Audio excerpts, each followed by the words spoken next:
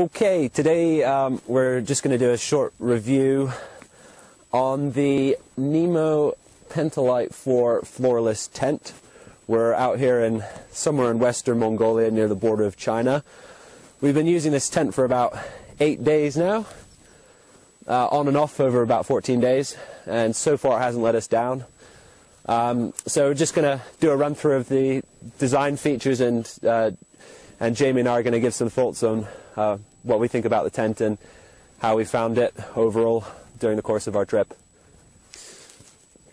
Okay, so one of the big deciding factors for taking the Nemo Pentalite 4 tent was actually its space to weight ratio, which is really good. I think it's somewhere in the range of 80 to 100 square feet of space, and it weighs in at around, I think, 2 kilograms or so, but we'll verify those a bit later.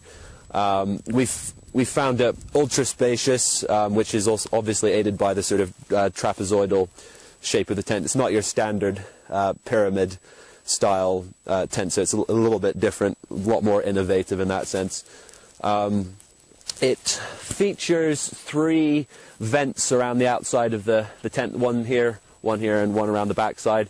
And last night we hunkered those down with the little cord lock there just to seal in the heat. It didn't seem to affect the condensation too much, but maybe on a warmer day you might keep it open. There's plenty of guy lines around the tent, so you can kind of pull the shape out a little bit more, tweak the design a little bit, and you can also adjust the individual vents here to keep it nice and open and well ventilated during the day or during the night. There's plenty of guy points around the tent as well. I'm not exactly sure how many, but there's a good amount, giving you a lot of adjustability. We've actually pinned down the corners here with some stones just to cut the draft a little bit. But it hasn't shown us any trouble at all last night. We were probably sleeping down to -5, but maybe other nights maybe as low as -15, and had no problems whatsoever. Important design feature of the Pentalite 4 is the actual vent here, which you can see is reinforced with a sort of flexible material to always keep it arched open. That helps control the condensation in the tent.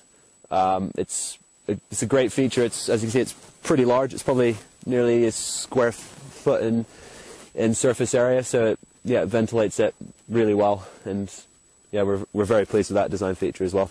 It also has obviously a really nice large printed logo on the side, so it's nice and obvious that it's a Nemo tent. And obviously another very important feature is the seams. They look absolutely flawless, double stitched, reinforced. Very pleased with that. I can't see any problems with this at all. It's the quality of the build is superb, really. So if you step inside and excuse the mess, we can run you through the inner features of the Nemo tent. So this is the inside of the tent. As you can see, can fit quite a lot of stuff. A lot of our rubbish is scattered everywhere, but there's a great floor space on it. To run through a few of the features, we've got obviously the central pole. This can be extended at the top, it goes into a reinforced area, and it can be extended for extra floor space by about 30-40 centimetres. At the moment we've got it zipped down because obviously it's quite cold, but if it was warm, then you would have it extended. We also have the central ventilation vent here to help get rid of some of the condensation problems you have with a single skin tent, which has been fairly effective, we say, so far. Dogs having a go outside, but inside we've also got some removable pockets should you need them, which are quite handy. Putting my glasses in them mainly. If the dog will be quiet for just 1 second, then we've got